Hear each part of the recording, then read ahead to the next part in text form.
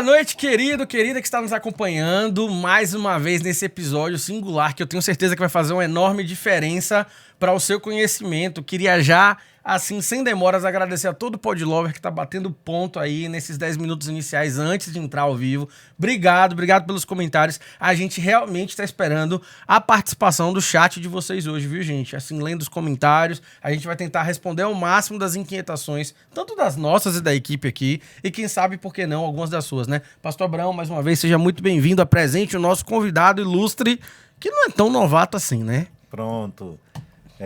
Nós estamos contentes de poder receber hoje novamente o Tiago Alfredo. Tiago, seja que é nosso muito filho, bem-vindo, né, da nossa casa, uma pessoa muito querida nossa e que Deus tem usado de forma extraordinária nessa questão do comportamento humano. Só para você relembrar, o Tiago é psicólogo, ele é mestre em filosofia, ele fez doutorado em filosofia da ciência também e hoje é mestrando do curso de teologia bíblica, né, na área o nome do programa é Mestrado em Divindade, né? Que é um nome específico que eles dão lá na Tyndale University.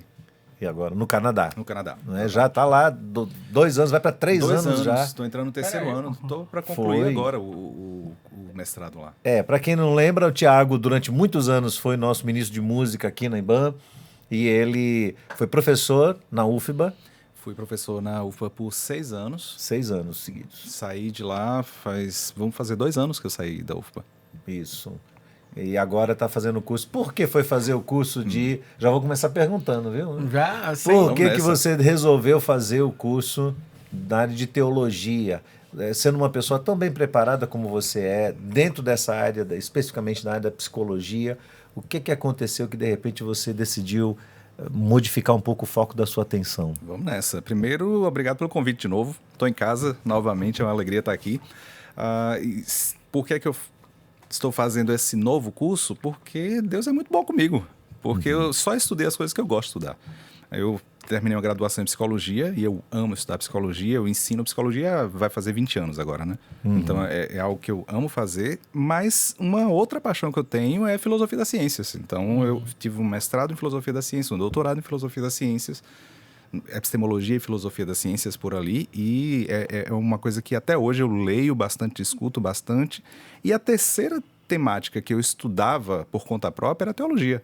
Então, quando surgiu a chance de ir para a Tyndale University, que é uma universidade muito bacana lá, porque tem várias áreas de concentração diferentes em teologia, para fazer esse mestrado em divindade por lá, foi uma bênção de Deus para mim. Então, na verdade, esses são os 3 temas que eu mais gosto de conversar, que eu mais gosto de falar ao longo da minha vida inteira. Eu sempre trabalhei na igreja, tu sabe disso, sempre ensinei na igreja, na escola bíblica, essas coisas assim. Eu sempre trabalhei como psicólogo, sempre trabalhei como supervisor de psicologia e sempre discuti filosofia. Agora, Tiago, você foi um professor de uma universidade federal cristão. Sim. E geralmente não é um professor cristão, não seria uma pessoa assim muito bem aceita dentro do pensamento do universo, né, acadêmico dos estudantes de uma universidade federal, em especial a UFBA aqui, que é bastante crítica. Não é tão comum mesmo. Assim. Como é que você se sentiu lá dentro? Como é que foi sua experiência enquanto professor universitário? Perfeito. Eu comecei sendo professor universitário na faculdade pública, né, em faculdades públicas, ou faculdades particulares, me perdoe. Então, desde que eu terminei minha graduação em psicologia, foi um movimento interessante. Eu terminei a graduação em psicologia no meio do ano. E aí eu fiz um concurso para professor substituto na UFBA. Então, eu comecei na universidade pública, na verdade. Pouco tempo depois, eu estava em algumas faculdades particulares e eu comecei a ensinar desde muito novo. Então, desde muito novo, eu comecei a lidar com as discussões que tinham entre ciência, religião e etc. Esse é um grande confronto, né? Essa questão, se as duas se cruzam em algum momento. Exatamente. Naquele período, que foi o começo da minha carreira, eu estava ensinando na UFBA, eu estava ensinando em faculdade particular, eu estava clinicando. Então, esse cenário de discutir religião, ciência, psicologia, cristianismo, é um cenário que me acompanha desde o começo da minha carreira. Você se sente confortável? Hoje já. Porque boa parte das discussões acabam sendo discussões que são mal informadas também. Então, uma parte significativa, não todos, mas uma parte significativa dos problemas seriam evitados se as pessoas estudassem um pouco mais sobre a natureza da ciência e sobre o que é cristianismo de fato. Como boa parte das pessoas... Então tem ignorância dos dois lados. Exatamente. Tem ignorância de pessoas que não são cristãs sobre o que é cristianismo ter ignorância de cristãos que não estudam ciência sobre o que é ciência. E quando duas pessoas desse padrão começam a conversar, é uma conversa de dois surdos. É uma conversa de que não tem, assim, não vai para lugar nenhum. Então, quando eu comecei a discutir mais isso de maneira mais acirrada, foi num programa, e aí você vai entender o quanto que isso se tornou assim, meu pão de cada dia, né? Porque o programa que eu fiz mestrado e doutorado, o nome dele é assim, é um programa de pós-graduação lá na Universidade Federal da Bahia em Ensino, História e Filosofia das Ciências. O nome do programa tem essas 3 áreas de concentração. O foco deles não é estudar filosofia por filosofia, mas o foco deles é estudar a filosofia da ciência aplicada ao ensino de ciências. Então, as disciplinas do programa já envolviam essa discussão sobre ciência e religião, se tem um conflito perene, se não tem um conflito perene. Essa temática era parte do cotidiano lá. 20 anos depois, hoje, eu passei como professor efetivo pela Universidade Federal, porque naquela época era um professor substituto, era um contrato de 2 anos. Depois eu comecei com faculdades particulares, depois eu larguei tudo isso para poder ser professor em dedicação exclusiva da UFBA. E fui 6 anos lá dentro. Eu não me recordo se eu tinha um colega lá no instituto que era cristão. Mas a questão é que quando você consegue colocar a discussão em um nível que é racional, em um nível que você apresenta suas razões, as coisas ficam um pouco mais fáceis. Então, eu não tive muitas dificuldades dentro da universidade, porque esse tipo de discussão já fazia parte do meu cotidiano. Então, se você tivesse que começar hoje de novo, como estudante, Sim. Quer dizer, você já tinha... Porque o Tiago, ele é meio fora da curva, né? Ele meio que não existe, né? Mas assim, o que você diria para um jovem cristão, que eu vejo muitos deles com um certo temor de irem para o meio acadêmico, para o meio universitário, e ali serem confrontados em sua fé e não saberem exatamente como defender a sua fé. Então, no papel de um estudante hoje, a parte de toda a experiência que você tem, o que você faria e como você acha que ele tem que se posicionar? Eu acho que ele tem que se posicionar como a Bíblia já manda ele se posicionar. A Bíblia diz assim, que a gente tem que estar sempre pronto para apresentar as razões da nossa fé. Só que você não pode apresentar razões se você não conhece suas razões. Então tem muita gente que está dentro da igreja, mas que não se aprofunda, que não entende quais são as suas razões. E quando vai conversar com alguém que é de fora desse... É pego de surpresa. É pego de surpresa em perguntas que ele sequer se fez alguma vez na vida dele. Porque enquanto você está caminhando dentro de uma igreja e você aprende algumas questões que são práticas da vida cristã, etc., mas você não entra nesse tipo de contexto, sequer te ocorrem algumas perguntas. Sim, tá, ok, mas e sobre a criação do mundo, e sobre o Gênesis, sobre a literalidade dos dias da Bíblia? Essas não são perguntas... A existência de Deus. A existência de Deus não são perguntas que você faz naturalmente. Então, quando um cristão ele quer entrar no meio acadêmico, a primeira coisa tá na hora de você começar a visitar os contextos de discussão sobre isso. Há 20 anos atrás... isso era mais difícil. Hoje não tem desculpa. Porque hoje você abre um YouTube e você começa a ver diálogos e você começa a ver debates, e você começa a ver podcasts e argumentos de um lado para o outro. Então, se você tem a condição de apreciar as suas próprias razões, você pode ser um pouco mais hábil em apresentar as suas razões para o outro. Só que esse é um ponto. Sim, conhecer as suas próprias razões enquanto cristão é uma coisa. A outra coisa é você saber o que é ciência. Se você quer entrar no mundo acadêmico, não dá para você entrar com uma imagem que é caricata sobre o que é a ciência. Eu me lembro de um artigo que me impactou muito quando eu estava no meu projeto de mestrado ainda, e o nome dele era Por uma Visão de Mundo Não Deformada da Ciência. E foi um artigo publicado por uma série de pesquisadores, acho que do Departamento de Biologia, que foi publicado numa revista que, se não me engano, é aqui da América Latina mesmo. Então, é um artigo que fala como uma boa parte das pessoas, inclusive que entra nos departamentos de ciências, tem uma visão completamente deformada do que é ciência. E parte desse aprendizado depende que você tenha uma disposição para lidar com seus medos. Então, você falou, olha, alguns cristãos, por exemplo, têm um medo, um receio de entrar nesse mundo acadêmico. É verdade, você vai ter que lidar com seu medo. Então, tem o medo aqui, mas se é valoroso para você, se é importante para você fazer diferença onde você está, se é valoroso para você estar num mundo que é um mundo acadêmico, vai precisar lidar com seus medos e se abrir o bastante para entender a conversa do outro lado. Só existe diálogo quando você tem altruísmo suficiente para tentar entender a cabeça do outro. Se você não consegue se abrir para entender a cabeça do outro, não tem diálogo. Mas não seria assim... Porque o que eu ouço sempre dizer é que o cristão, quando ele vai, ele tem que ter um senso crítico muito aguçado. Então, até que ponto seria um senso crítico e até que ponto ele poderia ser uma pessoa tão fechada, tão enraizada naquilo que ele aprendeu, que ele não tem disposição de enxergar esse outro lado, ou o universo ao lado, como alguns escritores dizem. Perfeito. Eu acho que essa ideia, essa questão de ter a cabeça fechada para entender o outro lado, já não é mais uma prerrogativa, ou não sei se um dia foi a prerrogativa, de religiosos. A gente está vendo isso na política, a gente está vendo isso nos debates acadêmicos, em todos os lugares. Parece que a coisa mais difícil hoje é você conseguir se abrir um pouco para ouvir o que o outro tem para falar. Só que quando a gente vê a maneira como Jesus lidava com pessoas, o tempo todo ele estava pegando a perspectiva do outro. Então, a forma que Jesus conversa com Nicodemos é uma, a forma que Jesus conversa com a mulher samaritana é uma outra forma completamente diferente. E isso não é porque ele está preocupado exatamente com o que ele vai dizer, mas ele está preocupado em entender a perspectiva do outro. O cristão, então, se é alguém que segue Cristo, é alguém que está aberto a entender a perspectiva do outro. Um cristão que não está aberto a entender a perspectiva do outro é irrelevante. A questão não é sobre salvação, a questão é que ele é irrelevante nesse mundo. É duro isso aí, hein? Duro esse discurso, hein?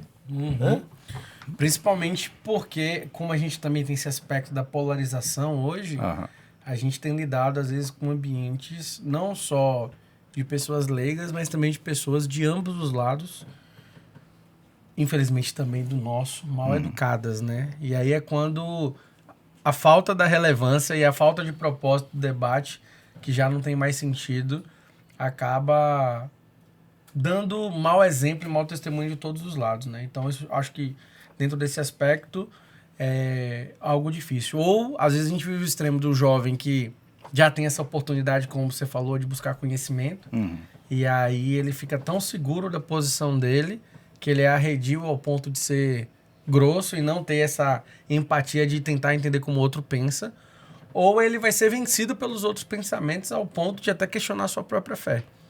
Tem faltado esse equilíbrio, né? Desculpa, acabei de interromper, mas essa é uma questão importantíssima, porque as pessoas confundem a habilidade que você tem de perceber a perspectiva do outro, uma certa empatia nesse aspecto, com o relativismo. Ou seja, as pessoas confundem a ideia de que você pode entender o que o outro tem para te dizer, conviver isso, aceitar isso como uma regra de vida para você. Ou seja, quando você pega alguns debates, e aí filosofia é fantástico para isso, né? Quando você pega alguns debates bons de filósofos, um bom filósofo, ele consegue reproduzir o argumento do outro da melhor maneira. É o contrário de um debate político.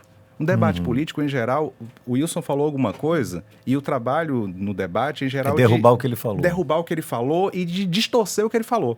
E fazer com que o que ele falou pareça uma coisa que não é. Um debate filosófico interessante, o sujeito é capaz de repetir o argumento do outro e, às vezes, até melhorar o argumento do outro. Ampliar, exatamente.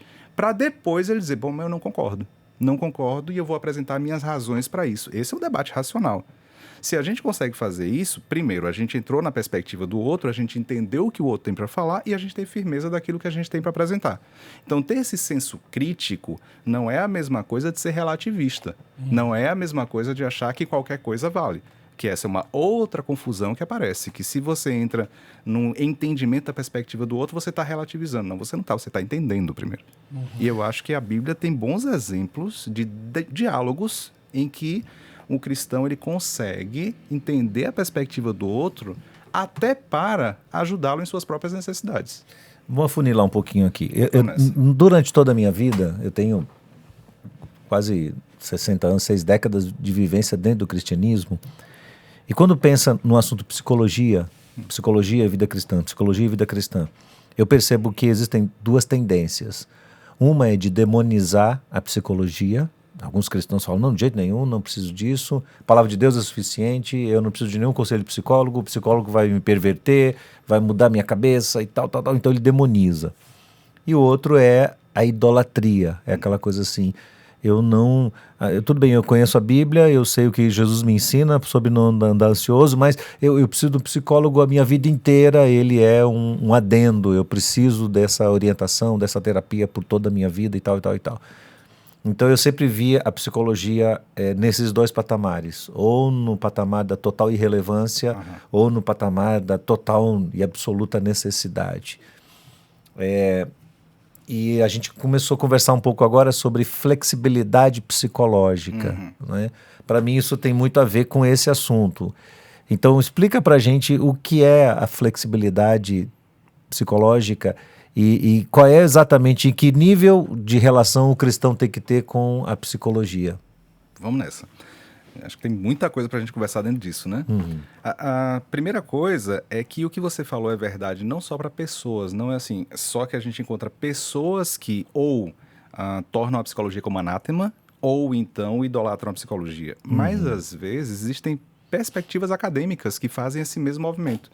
Tem um livro, relativamente recente talvez, que o nome dele é 5 visões sobre a integração entre psicologia e cristianismo. Quando ele mostra 5, elas vão desse polo que você mostrou. Então, algumas pessoas, alguns autores mesmo, defendem que psicologia deve ser colocada à parte e que o cristianismo não deve sequer dialogar com a psicologia. Outros autores já vão para um outro extremo, que é o dizer que, na verdade, a psicologia deveria ser cristã e, na verdade, a psicologia deveria pegar o cristianismo como a própria base dela. No meio desse caminho, tem pessoas que defendem um diálogo. Que defendem que a psicologia pode ser informada por uma visão de mundo cristã e uma visão cristã de mundo pode ser informada e desafiada também pela psicologia. Existem esses polos aí também na literatura acadêmica sobre isso. Quando se trata de, por outro lado, de flexibilidade psicológica, esse é o meu campo de atuação há muitos anos, né? É o que eu venho ensinando, é o que eu venho trabalhando dentro dessa área de psicologia. E eu acho que o tempo em que eu trabalho com isso, que são entre 15 e 20 anos que eu trabalho com essa noção de flexibilidade psicológica, também é reflexo de uma certa reforma, de uma certa revolução que tem acontecido dentro do que é a psicologia. Vou tentar explicar da melhor maneira possível, assim. Nos últimos 40, 50 anos, há muita pesquisa em psicologia sobre o que é que funciona. Ou seja, quais são as intervenções que funcionam de fato? Então, você já deve ter ouvido as expressões terapia cognitiva, terapia comportamental, psicanálise. O que é que funciona para melhorar a qualidade de vida? O que é que funciona para reduzir uma depressão ou coisa parecida? E as pesquisas, em geral, eram assim.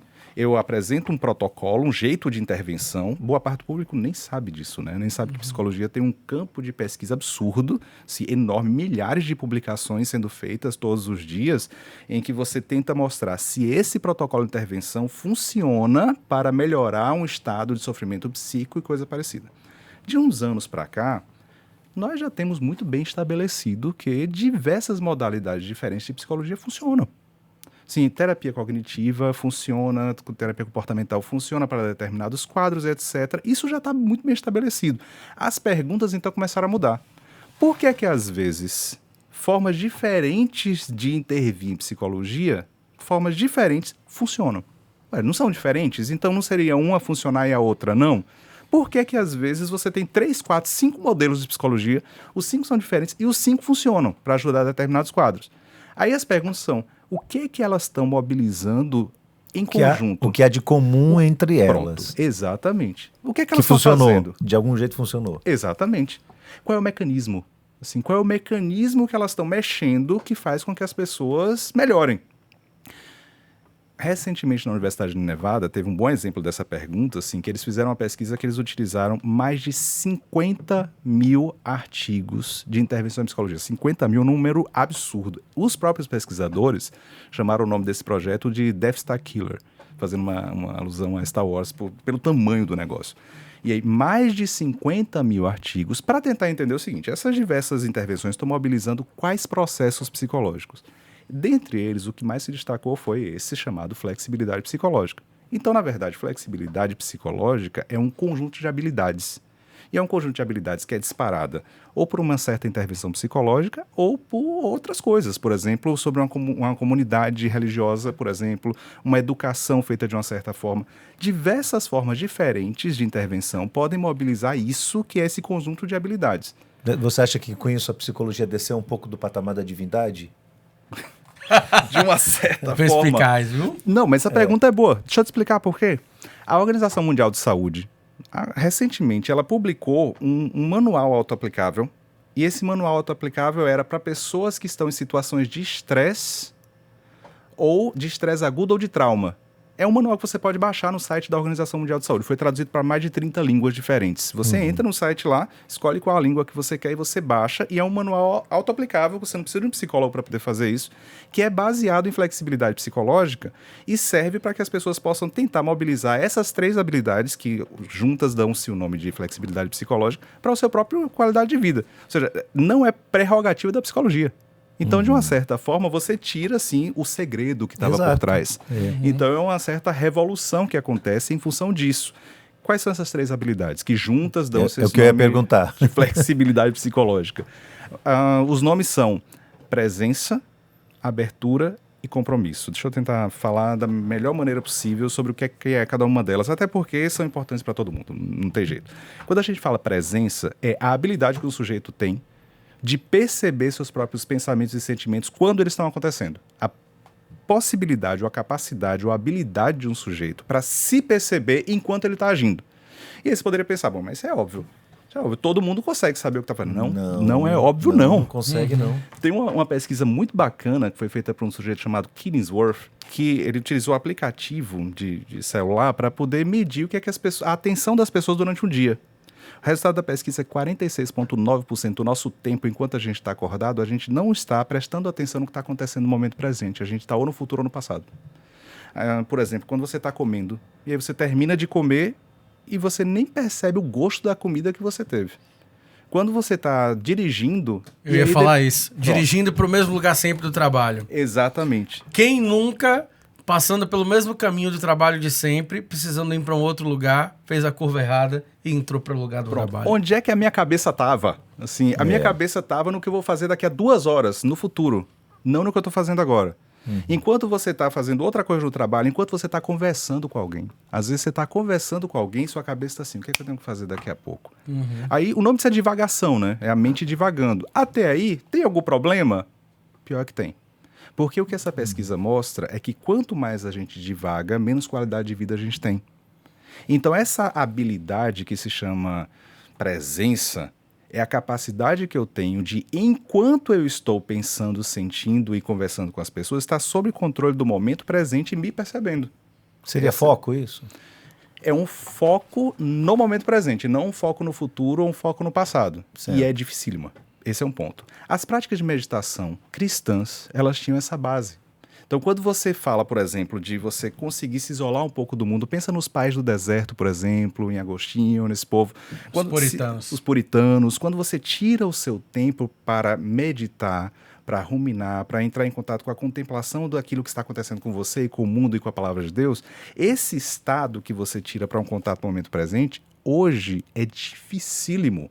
Boa parte das pessoas começa a orar e daqui a pouco está nos próprios pensamentos, não está mais conversando com Deus. Boa parte não, eu diria quase todos. Né? Esse é o problema. Qual a capacidade que as pessoas têm de estar numa pregação durante um culto e se manter durante 40 minutos com a atenção focada no que está acontecendo ali? A maioria de nós vai estar olhando para frente, mas a cabeça vai estar em outro lugar. Então, flexibilidade psicológica começa com a sua capacidade de perceber seus pensamentos, sentimentos e o que você está fazendo. E o mundo ao redor. Contato no momento presente e autopercepção. Segunda capacidade é a mais contraintuitiva de todas. Porque nós somos ensinados, e a psicologia infelizmente contribuiu para isso ao longo do tempo também, de que sofrimento é um problema. Então que eu deveria fugir do sofrimento e buscar alguma sensação de prazer, algum bem-estar e coisa parecida. Pare de sofrer. Pare de sofrer. Esse mote aí é complicadíssimo, na verdade. Então, a segunda habilidade, se a primeira é presença, a segunda é abertura. A abertura envolve a capacidade que eu tenho de ter acolhimento ou aceitação dos meus sentimentos e pensamentos difíceis. Ué, mas por que isso? Por que eu faria isso? Assim, por que eu iria ter essa abertura para o sofrimento? Aí a vida prática ensina pra gente. Veja só, imagine que você está intencionando casar e que você quer montar uma família, construir uma família, etc. A expectativa que hoje essa geração tem é que quando eu me casar, eu vou me autorrealizar. Então, quando eu me casar, aí eu vou estar mais realizado pessoalmente. Eu vou me sentir mais pleno, porque hoje eu me sinto incompleto, então eu quero me sentir mais completo. Eu vou me tornar mais feliz. Eu vou me casar para ser mais feliz. Só que o primeiro ano de casamento, e vocês bem sabem que os anos ou o tempo são preditores importantes para divórcio ou não. seja, quanto mais tempo você permanece casado, menor a probabilidade, estatisticamente falando, de que o divórcio aconteça. Mas quando você está no começo, a probabilidade é mais alta. Então, primeiro ano de casamento, você está conhecendo outra pessoa é completamente diferente de você. Você achava que conhecia, mas agora você está morando junto, agora tem aqueles hábitos do outro que ele não mostrava para você, tem todas aquelas incompatibilidades que a gente fala e coisa parecida. E o primeiro ano, você não tem aquela autorrealização. Você não tem aquela sensação de prazer e de bem-estar o tempo todo. Você tem alegria, você tem bem-estar, você tem bons momentos, mas para quem já teve no mínimo um ano de relacionamento íntimo, sabe que você é desafiado, você sente raiva, você sente ansiedade, você sente ciúme, e aí quando o sujeito se percebe assim, tem uma coisa errada, não posso continuar aqui. Então, se eu puder perguntar para vocês que já estão aí assim, há anos com relacionamentos, se você não tiver abertura para sentir todos esses sentimentos difíceis e pensamentos difíceis, você continua casado? Não. Impossível. Ou você encara eles e ó, vai uma fase, vai melhorar, vai passar, ou... Se você for aconselhar alguém que está dizendo que no primeiro ano de casamento está se sentindo muito ansioso e está se sentindo insegurança e incerteza, sabe qual é a melhor coisa que você tem que dizer? Bem-vindo. Não, e é interessante porque, assim, no contexto do casamento, você atribui ao outro essa obrigação de te fazer feliz. Exatamente. Então, o outro tem que ser perfeito. Quer dizer, você não casa com a esposa perfeita. E ela, muito menos, casou com o marido perfeito. Mas exige-se essa perfeição num determinado momento. Daí você começa a comparar. Por isso acontecem, eu imagino, tantos casos de relacionamento extraconjugal durante os primeiros anos do casamento, porque o camarada constantemente está comparando a esposa dele com outras mulheres. Com outras mulheres que são reais e com mulheres que não são reais, porque as redes sociais entram nisso. As redes sociais mostram um tipo de relacionamento em que aparentemente o sujeito está com bem-estar contínuo. Exato. Então, uma boa forma de aconselhamento é naturalizar o sofrimento que existe como condição inerente de você estar se relacionando com alguém. Transporta isso agora para o nível profissional. Quando você entra no curso universitário, se você entrou com um desejo de estar nesse curso universitário, você tem um desejo de se autorrealizar, de você se achar. A expressão é essa, eu me encontrei aqui. Só que o que acontece é que se a gente for honesto com a gente mesmo, assim, todos nós aqui já fizemos algum curso universitário. Eu gosto muito de psicologia, assim, estudo psicologia há muitos anos, mas em alguns dias eu acordava e eu estava indo para o curso de psicologia, eu pensava assim, eu me encontrei, aqui é o meu lugar e tá tudo certo. No outro dia eu acordava e dizia, onde é que eu fui amarrar meu jegue? Por que eu não entrei no veterinário? Né? Exatamente. Por que eu não fui estudar matemática, né? Por que eu não fui estudar engenharia? Não, matemática eu nunca pensei. Exato. É por isso que quando eu lia o livro dos Salmos antes, ele me causava uma certa angústia na ordem dele e que agora não causa mais.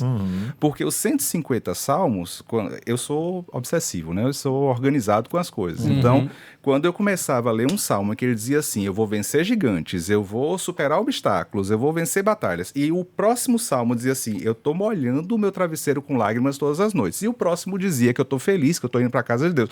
E o próximo dizia que tá as variações da alma. Exatamente. A estrutura dos salmos fala sobre a estrutura da nossa alma. E essa oscilação em que nós um dia estamos bem, outro dia estamos mal, eu estou sendo bonzinho. No mesmo dia a gente pode estar muito bem, no final do dia a gente está mal, ou vice-versa, faz parte de quem nós somos. Só que como a gente está sendo ensinado que a gente deveria fugir do sofrimento, a gente não sabe mais lidar com isso. E aí, num curso universitário, depois de um certo tempo, não, esse não é o meu curso. E aí eu migro de um curso para outro. Você lida muito com adolescente, você lida com jovem entrando no começo aí dessa vida universitária. A mudança de curso universitário tem sido uma coisa absurda. Sim, porque eu faço 6 meses, não gostei, não me achei aqui. Aí eu mudo do curso, eu mudo de curso. O que é que a gente perde nisso? Quando a gente não aceita a presença dos sentimentos e pensamentos difíceis como parte de um processo, a gente vive mais em função do nosso sentimento e dos nossos pensamentos difíceis do que dos valores que envolvem a decisão que eu tive. E da própria realidade da vida, né? Porque a vida não é brincadeira, não. Exato. Agora, se eu tô na vida e eu tô em um caminho que não faz sentido para mim, e esse caminho dói, tá tudo bem. Eu coloco do lado. Às vezes eu tenho uma dor de cabeça e tomo um remédio para tirar a dor de cabeça. Exato. Mas e no casamento? Por que foi que eu me casei? Eu me casei porque eu queria formar uma família, porque eu entendo que é o meu jeito de deixar um legado no mundo.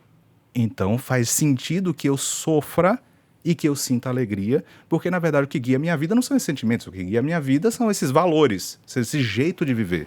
E na profissão? Eu estou me lembrando de Iane, que agora está aqui na IBAN. Sim. E quando eu conversei com a Iane, quando ela tinha 15 anos de idade, eu perguntei para ela sobre qual o curso universitário que ela ia fazer. E eu me lembro que na conversa com ela, ela disse assim, estou em dúvida entre enfermagem, psicologia. Eu falei, mas por que está em dúvida? Não, porque com enfermagem eu poderia ajudar as pessoas e, inclusive, compartilhar do amor de Deus com pessoas que estão em sofrimento. Mas psicologia eu também posso fazer isso. Olha o critério que ela estava usando. O critério é assim, como é que eu posso ser relevante no mundo? Tem um valor e o valor dita o que eu posso escolher. E não necessariamente é só uma escolha. Porque Agora o valor você é chegou mais no importante, né? Você chegou no melhor ponto agora. Se eu consigo ter uma vida que é orientada por valores, eu não preciso ficar restrito a uma possibilidade só. Não é essa aqui só. Porque o que está guiando são os valores que estão por trás. E não necessariamente, se eu não conseguir isso aqui, eu vou morrer.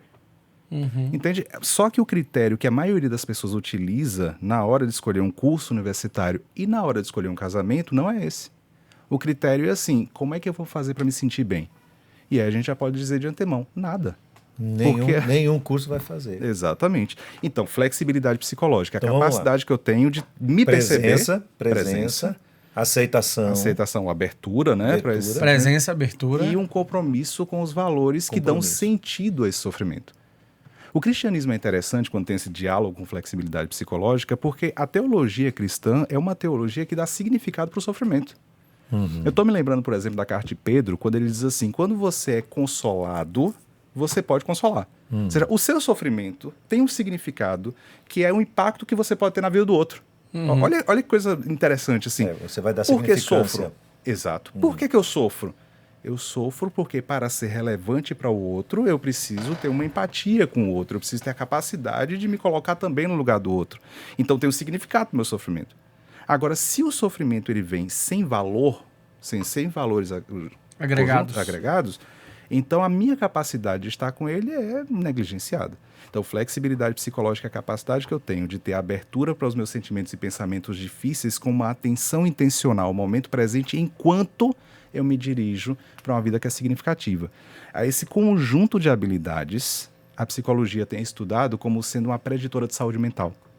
Vou te dar um exemplo claro disso. No período da pandemia, uma série de pesquisas foi feita com flexibilidade psicológica que estava tentando medir o seguinte: a pandemia está aí para todo mundo, e aí você, obviamente, como se trata de pesquisas, você vai tentando nivelar um pouco, controlar um pouco quem são as pessoas que são o alvo da sua pesquisa. Então, pessoas adultas, do país tal e etc.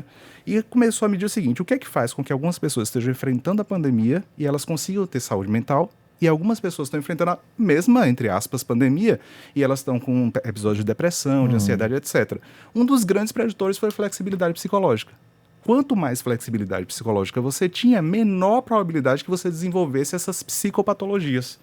Quanto mais flexibilidade, maior a qualidade de vida. E essa flexibilidade psicológica ela pode ser capturada em instrumentos. Aí já é uma outra história, né? Porque a psicologia consegue montar, a psicometria, na verdade, consegue montar formas de avaliar se o sujeito tem mais ou menos flexibilidade psicológica, etc. Aí é o trabalho deles, né? O trabalho dos psicólogos. Quando você fala em flexibilidade psicológica, seria um confronto da psicologia tradicional, ortodoxa?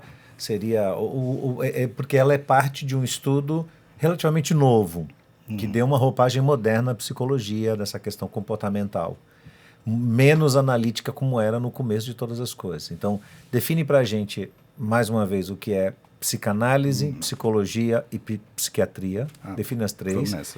E me diga se a flexibilidade seria hoje uma forma de se contrapor àquilo que se pensou no início acerca do que era a psicologia e esse estudo da mente humana. Vamos juntos aí. Primeiro, a psiquiatria é uma área da medicina. Então, o médico ele pode ter uma especialização que é em psiquiatria. Esse médico que tem essa especialização em psiquiatria, além da capacidade que ele tem de entender sobre o comportamento humano, porque ele estuda sobre isso, ele também tem a prerrogativa de passar medicamentos. Por exemplo, o psicólogo não pode passar medicamento. Nem o psicanalista. Nem o psicanalista. O psicólogo, por sua vez, no Brasil é um sujeito que fez o curso de psicologia, ou seja, é uma profissão regulamentada. Então, para que você seja psicólogo, você passa por um curso de psicologia e no Brasil, quando você termina o curso de psicologia, você pode ter o título de psicólogo. Psicanálise é uma outra área do conhecimento que nem é psicologia e nem é psiquiatria, embora possa dialogar com ambas. E essa área do conhecimento que foi desenvolvida inicialmente por Freud, mas depois por toda uma linhagem de pensadores, ela pode ser estudada por pessoas de áreas diversas. Então você pode ser um psiquiatra que estuda psicanálise, você pode ser um psicólogo que estuda psicanálise, mas elas são 3 áreas diferentes. Só que nessas 3 áreas, o desenvolvimento de pesquisas que envolvem flexibilidade psicológica, mais especificamente em psicologia e psiquiatria, tem sido extremamente intenso. E aí eu concordo com você de que é uma certa reação, uma forma mais ortodoxa de pensar. Porque em um certo momento, a psicologia ela acabou estudando bastante sobre como é que eu poderia fazer para as pessoas mudarem o que elas pensam. Então, em um certo momento, a psicologia se detém muito sobre o que é que eu faço para as pessoas se sentirem mais felizes. Não a psicanálise é uma exceção nisso. Mas a psicologia e a psiquiatria estudavam muito sobre o que é que eu faço para as pessoas serem mais felizes e para que elas possam mudar a forma como elas pensam, para que então elas possam viver de uma forma mais significativa. Se livrar do desconforto. Exatamente. E isso, a psicologia e a psiquiatria, como são estruturas sociais também, organizações sociais também, elas respondem a um todo maior. Isso não era só na psicologia, não era só na psiquiatria, isso foi na educação também, isso foi na mídia também.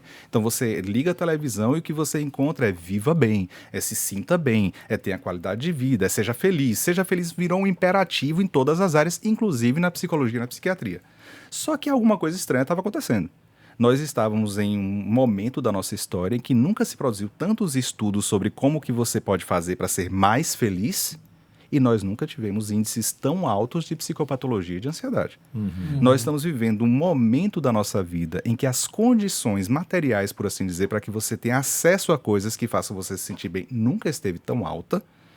E aí deixa eu te dar um exemplo prático disso. A minha avó ela faleceu recentemente, com quase 100 anos de idade, e ela era uma figura ímpar. Então ela me dizia assim, meu filho, as minhas amigas, falando das amigas de uma idade parecida, as minhas amigas diziam que antigamente a vida era boa. Era boa nada, meu filho. Quando eu queria fazer o meu almoço, eu tinha que matar o bode, despelar o bode, tirar o sangue do bode, deixar o bode para salgar lá fora. Depois eu ia fazer o meu almoço. Depois disso, não podia passar muitos dias, porque senão podia estragar a carne, etc. Meu filho, quando eu quero um bode hoje, eu vou no mercado e vem num plástico. A vida hoje é boa. Ou seja, o que a minha avó estava me dizendo é que nós nunca tivemos tantas condições, facilidades, para que a gente tivesse bons sentimentos, uma felicidade, etc. Mas nós nunca estivemos com uma geração que esteve mais insatisfeita com aquilo que tem vivido. Então, o que está acontecendo aqui? É que talvez o nosso foco esteja em que o objetivo da vida é uma certa felicidade enquanto estado de corpo, e isso faz com que a gente esteja cada vez mais interiorizado e isolado. Ao invés da gente viver com um foco em como é que eu posso viver uma vida significativa, eu vivo com um foco em como é que eu posso me sentir bem. E isso é em todas as áreas da sociedade, não só na psicologia e na psiquiatria. A gente encontra isso, infelizmente, também dentro das igrejas.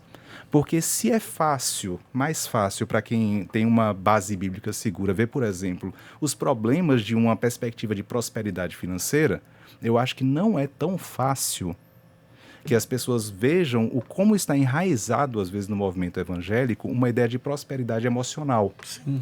Ou seja, a gente já sabe um pouco defender que se a pessoa diz assim, se você é cristão, você tem que ter muito dinheiro. Opa, tem um problema aí. O que é mais difícil da gente perceber, da gente pescar, são aqueles discursos que dizem, se você é cristão, então você não tem depressão. Não tem problema nenhum. Se você é cristão, você não pode estar com tristeza, porque o cristão tem que estar alegre. E aí eu fico pensando que a gente esquece, assim, a gente não assume que tem um elefante na sala. Sabe aquela metáfora que diz assim, a gente está conversando sobre alguma coisa, tem um elefante gigante aqui na sala e a gente está fingindo que não tem nada aqui na sala. É como eu acho que acaba acontecendo com diversos pastores que estão pregando, como se a gente devesse estar feliz o tempo todo, controle seus pensamentos, se você é cristão, você vai ser feliz. Tem um elefante gigante, que é o fato de que isso ele também não consegue viver. Aí eu me lembro, por exemplo... Fora o fato, sei lá, um versículo, né? Dizem, o menor versículo da Bíblia, Jesus chorou. Não foi de alegria. Exatamente. Foi porque seu amigo, que ele tanto amava, tinha morrido. Exatamente. Não, e você criou uma polêmica enorme aqui quando você disse que Jesus sofreu um ataque de ansiedade. Alguns cristãos que quiseram te pegar na esquina, né? Então, eu me lembro disso. Deixa eu falar sobre isso, então. O que a gente chama de ansiedade hoje? É que às vezes a gente tem um problemazinho que chama... O campo semântico, né? Exato. O significado das Anacronismo, palavras. né? Ou seja, a gente acaba tentando julgar o que aconteceu no passado com o nosso olhar de hoje. Vamos lá. O que é que a gente chama de ansiedade hoje? Ansiedade é um conjunto de fenômenos emocionais, cognitivos, etc., em função de uma expectativa de alguma coisa ruim que pode vir a acontecer no futuro. Então, quando a gente fala sobre ansiedade, a gente está falando de alguém que está sofrendo em função de algo que pode vir a acontecer e que tem uma possibilidade real ou não de acontecer. Então, quando eu falo sobre ansiedade, eu posso falar, por exemplo, de uma apreensão mais forte, eu posso falar de um ataque de pânico. Todo esse corpo aí de fenômenos emocionais a gente chama de ansiedade. O conjunto inteiro. Né? Exatamente. Quando Mateus, o Evangelho de Mateus, descreve Jesus no Getsêmani, usa pelo menos 3 palavras gregas para poder falar sobre a experiência emocional de Jesus naquele momento. E as 3 palavras, diferentes entre si, denotam uma angústia muito grande em função de algo que vai acontecer. A tal ponto em que Jesus diz assim: Pai, se possível, passa de mim esse cálice, porque o que iria acontecer era muito doloroso e ele sabia que ia acontecer. E naquele momento, a nossa tradução para o português diz assim: a minha alma está angustiada, angustiada até a morte. Ou seja, é um estado elevadíssimo de ansiedade. Só que, quando eu falei isso a primeira vez, gerou um problemão, porque as pessoas leem um texto que diz assim: não andeis ansiosos. E elas traduzem isso como não sinta ansiedade. Só que aí tem uma diferença, né? A diferença é, viver ansioso é uma coisa, sentir ansiedade é outra. Deixa eu te fazer uma comparação. Quando você fala que alguém é corajoso, você fala que é alguém que não sente medo? Não. Não. Não, pelo contrário. Se a pessoa não sente medo, você não vai chamar ela de corajoso. Vai dizer que ela vive, ela faz as coisas. Quando você diz aquela Vai pessoa... ser inconsequente, né? Inconsequente. Se você diz que alguém é corajoso, é porque a pessoa sente o medo, aceita a presença do medo e continua caminhando na direção que lhe é importante. Ou seja, tem flexibilidade psicológica. Ponto. Esse é o fato. Sim, se você diz eu sou corajoso, é porque você aceita que você pode sentir medo, mas que isso não diz como a sua vida deve ser. Mas você pode ser guiado pelos seus valores. Eu posso sentir ansiedade, mas não andar ansioso. Eu posso sentir medo, mas não ser um covarde. Ou seja, Jesus, ele sente ansiedade, ele chama os amigos porque a dor estava muito grande, a ansiedade estava muito grande. Esses amigos não respondem muito bem, mas então ele encontra em Deus o amparo necessário. E ele diz, vamos, porque o traidor se aproxima. Ou seja, eu vou lidar com o meu sentimento e eu vou continuar fazendo aquilo que é importante. Até a oração dele é assim. Se possível, passa de mim esse cálice, mas seja feita a tua vontade e não a minha. Ou seja, eu não vou ser controlado pelos meus sentimentos difíceis que ali estão. O que é que a Bíblia fala sobre como é que a gente deve lidar com a ansiedade? Em Filipenses diz assim, quando você tiver ansiedade, apresente isso a Deus com as suas súplicas, com orações e com ações de graça. É exatamente a descrição do que Jesus faz no Getsemane, né? Perfeito. Então, essa é uma regra de fé pra gente. Como é que eu ajo na presença da ansiedade? Porque parte do pressuposto, se você for um ser humano, você sente ansiedade. Aliás, não só um ser humano, né? Tem bons experimentos sobre rato com ansiedade, pombo com ansiedade, porque é uma condição de defesa do nosso corpo. Imagina o que aconteceria se a gente fosse incapaz de sentir ansiedade. O fato é que provavelmente a gente nem ia sobreviver enquanto espécie, porque a ansiedade nos protege de ameaças possíveis. Ansiedade não é algo que diz que o seu corpo está funcionando mal. Ansiedade é algo que diz que o seu corpo está funcionando bem. Só que a forma como você vai lidar com a presença da ansiedade diz, aí sim, se você pode ter uma vida significativa ou não. Então, quando eu falei que Jesus sentiu ansiedade, algumas pessoas interpretaram como ele está errado porque ele está dizendo que Jesus anda ansioso. E isso é falso. Ou seja, Jesus deu um modelo de flexibilidade psicológica. Ele deu um modelo de como eu posso ter consciência do meu sentimento. Como é que a gente sabe que ele tinha consciência do sentimento? Porque ele falou para os amigos. Tá. Porque ele disse, a minha alma está angustiada e angustiada até a morte. Fique aqui comigo. Né? Tá. Fique aqui comigo até Exatamente. Agora, qual é o ponto de corte? Ah. Porque, eu posso eventualmente sentir ansiedade, sentir medo, sentir coisas, mas não posso ser guiado por elas. Exatamente. Né? Então, eventualmente, posso sentir tristeza e até um episódio de depressão, mas o ser depressivo é uma outra história. Aonde está o ponto de corte? Quer dizer, qual é o momento que você diz assim, até aqui a minha fé é o suficiente, daqui para frente eu não dou conta sozinho mais e eu preciso de uma ajuda psiquiátrica. Vamos lá. Vamos migrar então para falar disso que a gente chamaria de depressão, então. Então, um dos cristãos mais famosos que vivenciou a depressão de uma forma muito forte é Spurgeon. Spurgeon foi considerado como o príncipe dos pregadores. C.S. Lewis também tinha uns episódios C.S. disso, Lewis, né? Martin Lutero, enfim. Philip Yancey. Philip Yancey eu não sabia, mas... Sim. Assim, na verdade não é incomum. Isso pode dar várias conversas nossas sobre depressão especificamente, mas o que eu quero sinalizar é o seguinte. Spurgeon foi um que falou que quando você tem um estado de depressão, que você acaba, às vezes, temendo mais a sombra da dor do que a própria dor, a sombra da morte do que a própria morte. O que é que ele estava querendo dizer? Que alguém que vivia o que ele viveu tinha tanto medo de sentir aquilo de novo, que acabava ficando paralisado. Olha a distinção que tem aí. Uma coisa é sentir a dor que a gente chama de depressão. Outra coisa é viver para não ter esse negócio. Spurgeon estava denunciando ali que ele tinha isso, e tinha razões para ter isso, e razões constitucionais também. A saúde dele era muito debilitada, mas ele tinha aquilo lá, e que aquilo o convidava para ficar parado. E que ele estava assumindo que ele ia continuar fazendo o que estava fazendo, mesmo na presença daquela dor. Então, o ponto de corte aí é: eu preciso estar mais atento à minha vida do que à minha mente. Isso é estranho dizer hoje em dia, né? Mas um dos grandes pesquisadores de flexibilidade psicológica escreveu um livro que o nome é Saia da Sua Mente e Entre na Sua Vida. Esse não é um cristão, não estou falando de alguém que estava orientado pelo evangelho necessariamente. Mas o nome do livro é Saia da Sua Mente e Entre na Sua Vida. Mas por quê? Porque alguém que está no estado de depressão tem uma dor tão grande que frequentemente fica imerso nessa dor.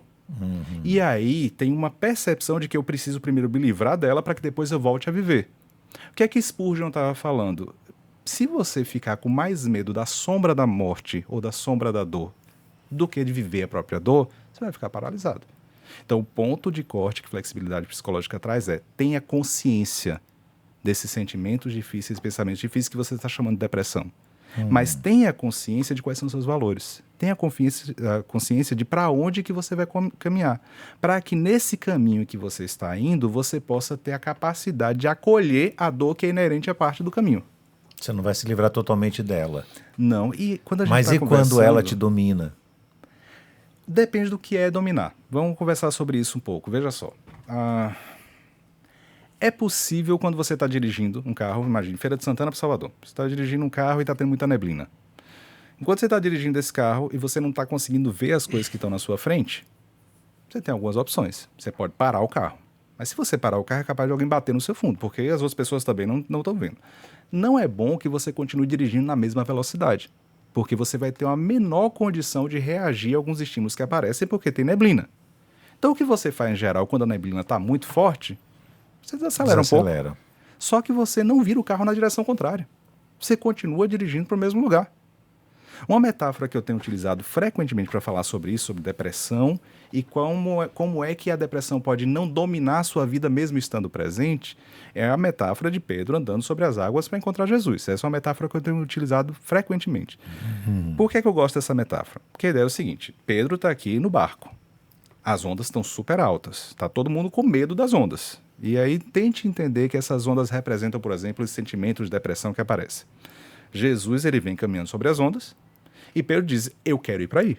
Eu quero fazer o que Cristo faz.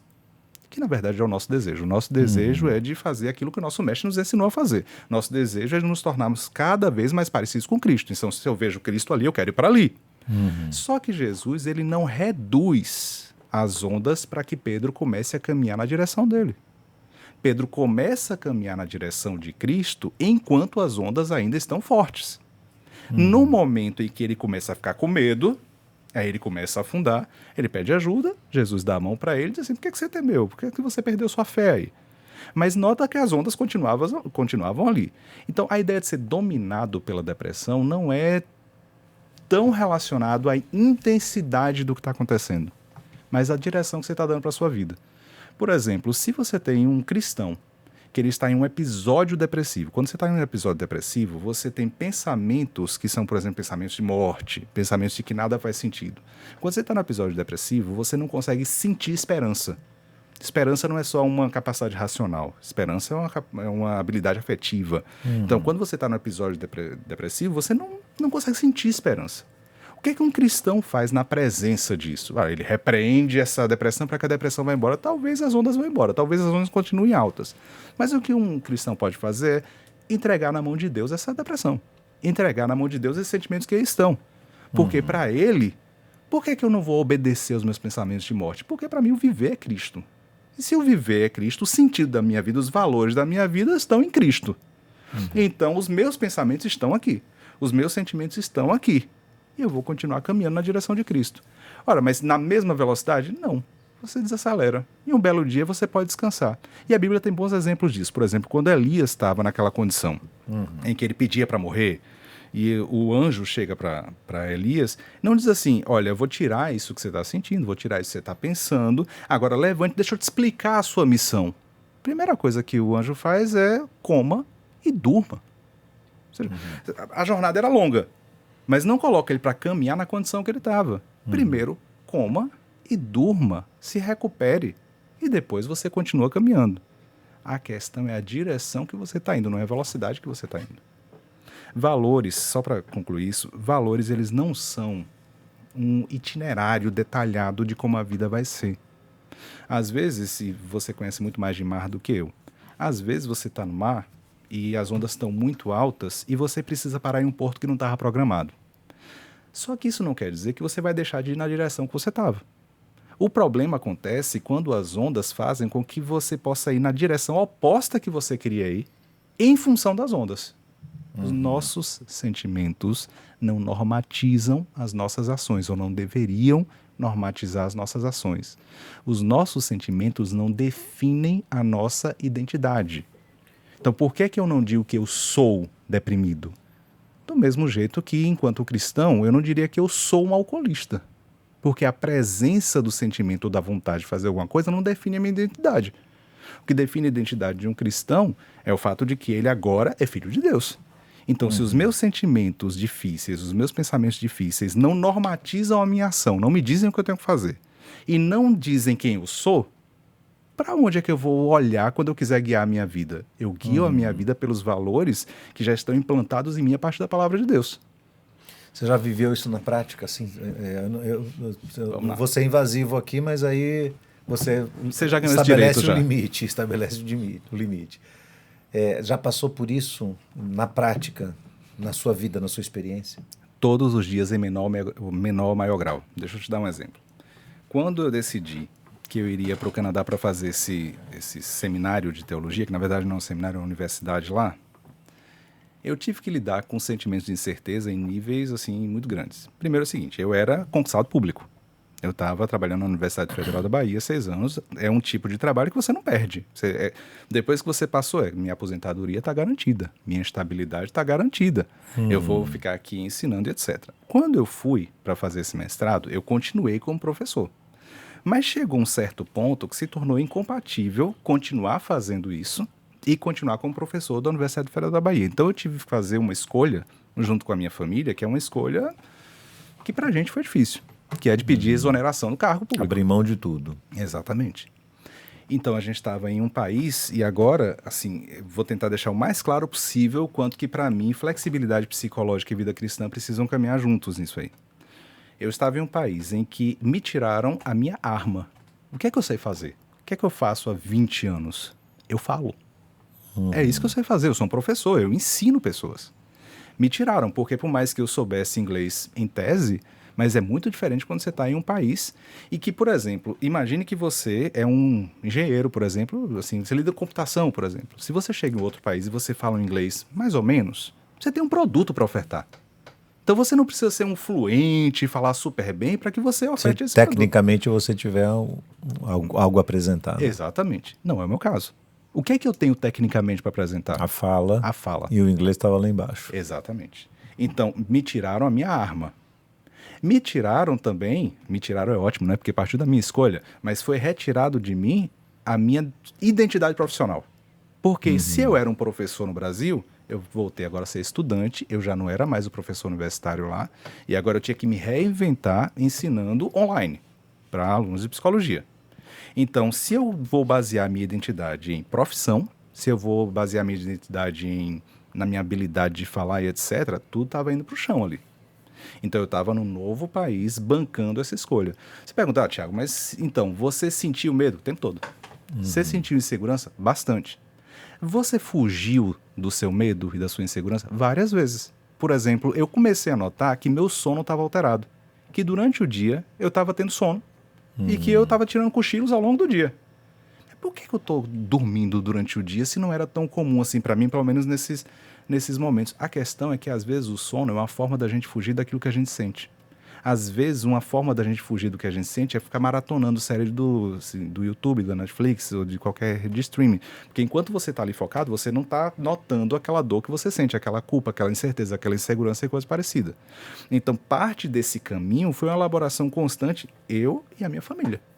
E nós conversando sobre os nossos sentimentos difíceis, os nossos pensamentos difíceis e nos relembrando o porquê que a gente estava ali. Quais eram os valores que estavam em jogo. Então, se você me pergunta, você já viveu isso na prática? Recentemente, de uma forma muito intensa, passando pelo menos 2 anos lidando com isso todos os dias, tendo que ter abertura para sentimentos e pensamentos difíceis, enquanto eu me lembrava, trazia à memória o porquê que explicava que eu estava naquele lugar. O nome disso é flexibilidade psicológica. Foi inventado pela psicologia? Não, já está presente na Bíblia há muitos anos, mas a psicologia tem uma virtude agora, ela está sistematizando isso. A ciência faz isso em geral. A ciência frequentemente pega algumas coisas que a gente já tem na tradição e ela agora investiga e ela sistematiza. Então todo mundo sabe que, assim, a minha mãe tem 80 anos, a minha mãe conhece muito de chá. E tem vários chás que ela dava para doenças específicas. Ao longo do tempo, a ciência vai te explicando o mecanismo. Por que é que isso aqui está funcionando? Não é só uma crendice, né? Exatamente. Funciona, mas por que funciona? A ciência tenta explicar um pouco dos mecanismos naturais que estão por trás disso. Na psicologia não é diferente. A gente pega algumas práticas que acontecem assim, tradicionalmente e às vezes a gente explica o mecanismo que está por trás disso. O cara que foi o principal desenvolvedor desse sistema que estuda flexibilidade psicológica, que é o Steven Hayes, ele já era um psicólogo renomado quando ele começou a ter ataques de pânico repetitivos, um transtorno de pânico, e nenhuma das técnicas funcionava. O que ajudou ele foram práticas de meditação cristãs e práticas de meditação budistas. Então ele começou a tentar entender por que está dando certo. Aí ele começou a tentar entender o mecanismo e depois foi desenvolver esse negócio. Eu queria aproveitar essa deixa sua, eu queria voltar um pouquinho no aspecto da presença, que é a primeira perninha do tripé da flexibilidade psicológica, né? Por que é tão difícil, Thiago, ter desenvolvido nos dias atuais esse conceito da presença na vida das pessoas? E aí eu queria começar assim, não das pessoas como se as pessoas têm dificuldade e eu não. Quem não tem, Thiago? Entendeu? Mas assim, falando de uma maneira assim muito, muito assertiva. Porque falando assim, teoricamente, é muito bonito. Essa é a verdade. Mas na prática, a ideia da presença de eu estou aqui concentrado em algo e eu estou focado em viver o momento que eu estou passando nesse momento e aquilo que eu estou desenvolvendo, isso hoje é algo assim, não sei se para gerações mais antigas era algo super prático, mas eu não acho que é prático. Eu não acho que é fácil de fazer. Eu não acho que as pessoas vivem com facilidade isso. Eu acho que quase ninguém sabe o que é fazer isso. Então não é chover no molhado e não é um óbvio. A ideia do exercício da presença é algo que às vezes parece que é intangível. Por mais que exista exemplos práticos dados por você aqui nesse diálogo de como é que se vive isso. Mas como se chega lá? Então eu vou dividir o que você está falando em 2 coisas. A primeira, você começou perguntando por que a gente tem isso tão exacerbado hoje, essa dificuldade tão exacerbada hoje. A segunda, que já foi nesse finalzinho, você perguntando o que é que a gente faz para conseguir desenvolver isso. Então vamos na primeira. Por que é tão difícil para a gente? Porque a gente teve muito sucesso. Deixa eu te explicar. Por que é que nós conseguimos ter o grau de domínio sobre as coisas que estão ao nosso redor como a gente tem hoje? Eu estava brincando com os meus filhos, dizendo assim, às vezes a gente tenta entender as coisas de Deus e a gente esquece que assim, a nossa cabeça é um pouquinho diferente da cabeça de Deus. A cabeça de Deus é um pouquinho mais ampla. E para poder eles entenderem isso bem, eu fiz assim, imagine você tentando explicar o que é uma rede Wi-Fi para alguém que está na Idade Média. Me ajuda agora. Vamos lá. Explica o que é uma rede Wi-Fi para alguém que está na Idade Média e que não tem nem energia elétrica ainda. E eles tentaram, viu? Assim, a Bia e o Matheus tentaram, assim, mas não dá. Assim, é bem difícil você explicar para eles. Mas hoje a gente faz mágica. A gente consegue rede Wi-Fi, a gente consegue, eu estou no Canadá e converso com vocês que estão aqui, a gente consegue um nível de sucesso em relação ao controle das coisas da natureza absurdo. E qual é a nossa capacidade que nos ajuda a fazer isso? A gente é capaz de planejar, a gente é capaz de analisar, a gente é capaz não só de tomar a água, mas de pensar, se eu tomo a água agora, eu não vou ter mais água daqui a 30 minutos. Então talvez eu precise tomar menos água agora, para que daqui a 30 minutos eu continue, porque a minha boca fica seca, então eu preciso ter água aqui. Há um gato... Ok, podem tomar água. Um gato... É o nosso próximo assunto, sugestionamento. É por aí, os dois ao mesmo tempo. Um gato, um cachorro é incapaz de fazer isso. Ele não consegue refrear alguma coisa que ele está fazendo agora em função de uma análise futura. Essa capacidade de não viver apenas o que a gente está vivendo agora, mas de planejar o futuro é maravilhosa, é incrível. Um privilégio, né? Que, Exato. se fosse bem administrado por todos, ia ser a vida humana ia ser fantástica. Né? Imagina, quando Jesus fala assim, quando o homem vai construir uma torre, é bom que ele planeje antes, para que ele não tenha que parar no meio do negócio lá, essa construção dessa torre, porque não planejou direito. Só que isso tem virado uma armadilha, essa é a questão. A gente não sei se é isso ponto. que é armadilha ou nosso coração que é armadilha, na verdade. Mas... Parece que a gente passou do ponto. Parece que a gente utiliza isso como se isso fosse a solução para todas as coisas. Então, tem uma estratégia clínica que o Steven Hayes, esse cara que fez, desenvolveu, que é muito interessante. Ele diz assim, vamos lá, vou ver se você faz comigo aqui. Eu vou cruzar as pernas, me manda descruzar as pernas. Tiago, descruza as pernas. Vou fazer isso sim. Como é que eu descruzo as pernas? Como é que eu descruzo? Levanta a perna esquerda e tira da direita. Então, basta levantar a esquerda e tirar de cima da direita. E deixar paralela uma a outra. Excelente. Como é que eu faço isso? Ué, pede pra sua mente, ué. Então, eu peço pra minha mente para que a mente mande a minha perna para que ela saia. Agora entendi. Como é que eu peço pra minha mente? Qual é a questão? Eu aprendi a andar, Wilson, antes que eu aprendesse a falar. Só que hoje, quando eu quero resolver qualquer questão, qualquer problema, eu acho que as palavras vão resolver para mim. A gente se tornou hiperracional. Tudo que a gente faz, a gente coloca o planejamento e a análise como se elas fossem a resposta para as coisas que acontecem. Então a gente diz assim, bom, eu não estou conseguindo orar, eu não estou conseguindo ler a Bíblia. Pastor, me dá uma receita. Se me dá um... Tem alguma palestra do YouTube que eu possa assistir e que me dê a receita para que eu consiga orar? E aí o pastor diz assim, não, você tem que orar. Não, pastor, você não entendeu. Eu estou querendo uma receita para que eu aprenda como orar, porque eu não estou conseguindo. Então assim, me dá um livro. Qual é o livro que eu tenho que ler que vai me ensinar a conseguir me concentrar na oração? Você vai ter que orar. Tem coisas que a gente precisa viver e experienciar, porque não é o nosso planejamento futuro, a nossa capacidade de análise que vai conseguir resolver. Qual a dificuldade que um pastor tem para ensinar agora as pessoas que oração não é alguma coisa que você tem uma receita ou um passo a passo, um planejamento, mas depende que você experiencie aquilo. A dificuldade é que nós desaprendemos a estar em contato com essa própria experiência. Entende? Por isso que a psicologia hoje precisa fazer técnicas e retiros e coisas específicas só para que você tenha tempo com o silêncio. Recentemente no meu curso, assim, estudando teologia, né? E aí uma tarefa de casa foi, você vai passar 3 dias no retiro de silêncio. Tarefa de casa fantástica, né? Meu Deus. Já pensou você, Wilson, 3 dias quieto? Que loucura que ia ser, meu. Mas porque imagina o drama da mente nesse momento, né? O quanto que você vai ter que se enfrentar para poder calar. Esvaziar as vozes da mente, dos pensamentos. Então, eu não preciso imaginar, eu vivi. Foi dificílimo, porque a gente tem um celular que ele fica o tempo todo tirando a gente do momento presente. Eu tô aqui com vocês, né? Se eu começar a olhar aqui pro celular, eu não tô mais com vocês. Tem um exemplo que eu acho que é o mais claro possível, depois eu volto pro retiro para poder não me perder na fala, mas eu ainda era professor do doutorado da UFBA. E aí uma pesquisadora de lá, uma aluna do doutorado, está fazendo uma pesquisa sobre crianças. E parte do doutorado dela envolvia entrevistar crianças. E aí ela fez um grupo focal com crianças. E ela pergunta para essas crianças assim, quanto tempo por dia vocês passam conectados? As crianças não entenderam a pergunta. Aí ela parou um pouco e fez assim, deixa eu repetir. Quanto tempo, assim, por dia, assim, em horas, vocês passam conectadas e quanto tempo vocês passam não conectadas? Aí uma criança fez a pergunta matadora para ela. Tia, enquanto eu tô aqui falando com você, eu também estava olhando o WhatsApp. Eu tô com você ou eu tô conectado agora? Veja a profundidade do que essa criança estava falando.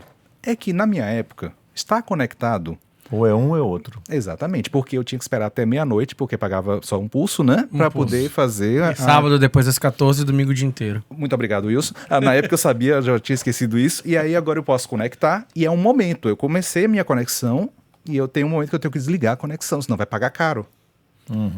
A gente não desliga mais a conexão. A gente está o tempo todo conectado com diversos lugares diferentes e a gente cada vez mais está distante da nossa própria experiência. Então você, por exemplo, consegue perceber enquanto está falando comigo onde é que sua mão está? Porque a sua mão está no mesmo lugar que a mão dele. Só que essa habilidade da gente perceber o que é que a gente está fazendo enquanto está fazendo, ela vai ficando cada vez mais difícil porque a nossa capacidade de estar em outros lugares tem se tornado cada vez mais poderosa. Tanto em relação a planejar o futuro, quanto em relação a estar conectado com outras pessoas. Isso afeta um casamento? Completamente. Veja só, quando uma esposa diz para o marido assim, tá muito ruim para mim, eu tô passando por uma dificuldade A, B, C, D, E e F. O que é que, em geral, o marido tende a fazer? Resolver os problemas. Óbvio. É a primeira coisa. E qual é a reação que a esposa tem quando o marido tenta resolver o problema? Raiva. Pronto, chegou no ponto. Mas por que isso acontece? Porque é insuportável pra gente estar em contato com a experiência de dor do outro. Isso é insuportável pra gente hoje, Wilson, eu concordo com você. Não é novo, mas está exacerbado. Porque, por exemplo, eu estava nesse final de semana agora em Juazeiro, no norte da Bahia, junto com os meus pais, faleceu uma irmã de criação da minha mãe, exatamente no período que eu estava lá. A minha mãe fez 80 anos agora, essa irmã de criação era um pouco mais velha, ela faleceu agora recentemente. Quando essa mulher faleceu, minha mãe na hora, a primeira coisa dela foi, eu quero ir lá estar com as pessoas. Ué, mas o enterro é só amanhã. Mas eu quero estar lá junto com o corpo. Essa experiência de que nós vamos estar em comunidade com um cadáver na sala de casa e todo mundo aqui vivendo esse momento com esse cadáver na sala de casa e conversando uns com os outros sobre a vida dessa pessoa, essa experiência comunitária, a gente não tem mais. A gente higieniza a morte, a gente coloca no hospital e depois disso a gente vai para um jardim da saudade e nesse cemitério que não tem referência à morte quase nenhuma, a gente resolve as coisas de uma maneira muito higienizada. O que é que eu estou querendo te dizer? Some tudo que eu falei até agora. Capacidade de planejamento e de análise, some conexão, some incapacidade de lidar com as experiências que eram as nossas experiências comunitárias. E aí você tem a resposta. Por que é tão difícil para a gente hoje ter contato com o momento presente? Nós estamos nos ensinando o tempo todo a estar sob controle de futuro, passado, análise, razões e não da experiência. Aí a segunda parte da sua pergunta. Mas o que é que eu faço então? Como é que eu faço para poder aprender a ter mais contato com o momento presente? Então, tu quer um livro para poder fazer isso? A gente cai no mesmo problema. A questão é o quanto que talvez a melhor forma da gente aprender a ter mais contato com o momento presente é o relacionamento humano. Se eu paro para pensar assim, Pastor Abraão, Wilson, o que está acontecendo agora entre a gente? Vamos parar tudo aqui. A gente está no podcast. Pessoal, dê licença aí, a gente vai ter um tempo nosso aqui. O que é que aconteceu aqui agora? E a gente começa a pensar sobre, assim, como é que você se sentiu? Como é que eu me senti? Quais as histórias que a minha cabeça estava me contando? Quais as histórias que a cabeça de vocês estava contando para vocês? Vocês estavam me ouvindo? Ou vocês estavam pensando na próxima pergunta? Vocês estavam junto comigo? Ou vocês estavam pensando assim, tem alguma coisa para fazer, etc. O que está acontecendo agora? Enquanto a gente está conversando sobre isso, nós já estamos sob o controle do momento presente. Quem deu o melhor exemplo sobre isso foi a Brené Brown. Não sei se vocês vão lembrar. Ela fez um especial para Netflix sobre assim, essa questão de vergonha, se não me engano. Ela escreveu um livro bem bom há muitos anos atrás, o nome era Coragem de Ser Imperfeito. Mas, vulnerabilidade. E aí ela dá um exemplo que é fantástico. Um exemplo em que ela tem uma situação específica, não vou reproduzir toda lá, mas ela estava em condições de férias com o marido dela. Ela estava nadando com ele no lago e aí ela tenta uma aproximação com ele. Só que ela diz para ele assim, é muito especial para mim estar com você aqui, etc. Diz que o marido responde, a água tá boa, e volta a nadar. E a cabeça dela começa a contar várias histórias. Ele está escondendo alguma coisa. Ele não gosta mais de me ver de maiô. Ele não quer estar mais aqui comigo. A cabeça começa a contar a história. Fusão cognitiva, né? Essa ideia de estou conversando com minha própria cabeça e o marido está lá.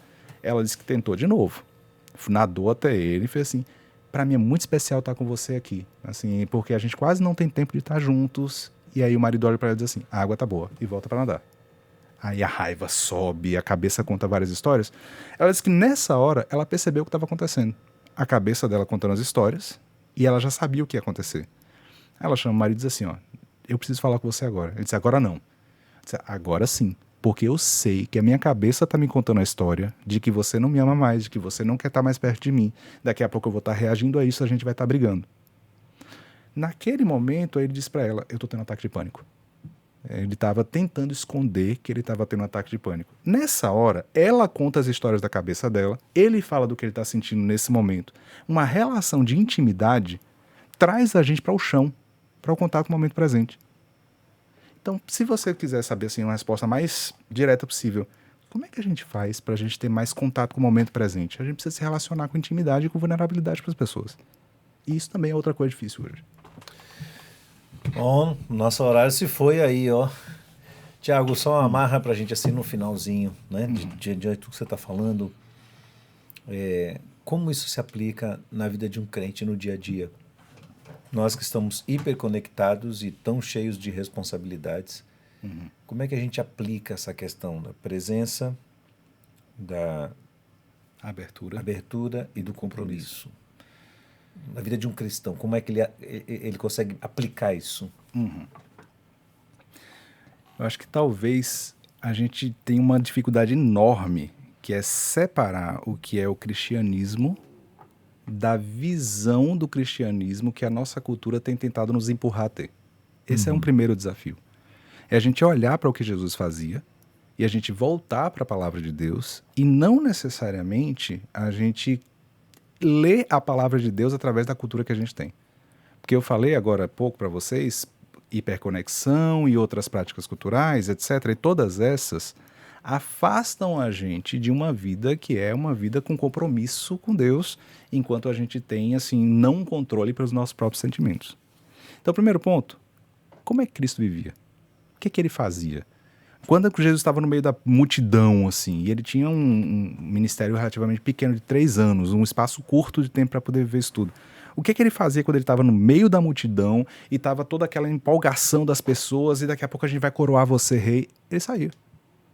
Ele ia para um monte, ele ia para o meio do deserto, ele tirava um tempo para que ele conseguisse estar em contato com a missão dele, primeira, com as dores que se apresentam aí e um tempo de intimidade com aquelas pessoas que eram mais próximas. Jesus, ele dá o modelo. Tem os discípulos? Tem milhares de pessoas vindo aqui, tem 70 discípulos, dos 70 tem 12, dos 12 tem 3. E com esses 3, ele tem um tempo de intimidade, a tal ponto é que ele diz assim, minha alma está angustiada, e angustiada até a morte, fica comigo. Então parece que se a gente começa a olhar para o Evangelho, a gente começa a revisitar certas práticas que são práticas de uma vida abundante. Quando a gente fala de saúde mental, o que é isso se não vida abundante? Então, quando a gente olha para o Evangelho, a gente vê a necessidade de ter uma consciência reflexiva sobre quem nós somos, os nossos sentimentos difíceis, as nossas tentações, como você falou logo no começo. A gente tem que ter a capacidade de acolher o sofrimento como parte de uma caminhada, que é uma caminhada significativa, mas guiado por um compromisso que envolve os valores que a gente tem a partir dessa vida cristã. Então, para mim, flexibilidade psicológica informa estratégias, informa sobre como é que o mundo está, para que o cristão possa voltar às suas bases. E a base do cristianismo não é uma prosperidade emocional, não é uma prosperidade financeira. A base do cristianismo é você foi retirado das trevas em direção à maturidade em Cristo. E se você estiver sofrendo, você não está sendo menos amado por Deus. Pelo contrário. Quando Paulo fala sobre isso, sobre contentamento e etc., em geral ele faz uma menção ao hino de Cristo, que é, ele se humilhou, ele sofreu, e porque ele se humilhou, ele sofreu, ele se entregou, então lhe foi dado um nome, que é acima de todo nome, e etc. Me parece que é o nosso caminho, assim, sofrimento para o cristão tem significado. Mas se a gente não aprende a lidar com esse sofrimento, a gente acaba desviando da rota e construindo uma vida que não tem nenhum significado direto. Fantástico. Muito bem. E assim você nem viu passar mais um episódio do Podcast. Eu acho que deve ter faltado pelo menos umas 3 ou 4 coisas que iriam por 2, 3 horas ainda.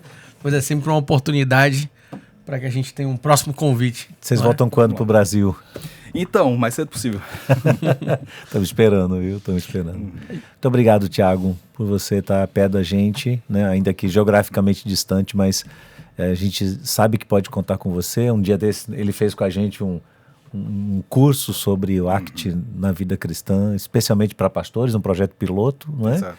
E a gente quer dar continuidade, inclusive, a isso. Tivemos vários encontros e para nós, como equipe aqui, foi muito especial. A gente foi muito confrontado naqueles dias com tudo que você falou.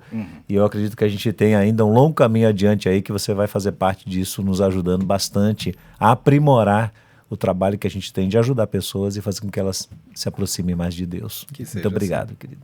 Muito bom. E para você que nos acompanha até agora, fica aqui o nosso abraço. Você sempre pode, né, compartilhar esse link com mais algumas tantas pessoas que pode ter acesso a esse conhecimento. Então deixa o seu like, compartilha aí para que esse conteúdo possa ser impulsionado, mais pessoas tenham acesso a ele. E a gente quer agradecer mais uma vez a você, Thiago, ao pastor Abraão, a esse tempo que a gente está tendo aqui. E a gente espera no próximo episódio. Não deixe de se conectar, beleza? Até mais, dá um abraço ali, um tchau. Tchau, tchau. Ali, Thiagão, para eles verem. Valeu, galera. Deus abençoe, Pod Lovers. Até mais. Pode ir?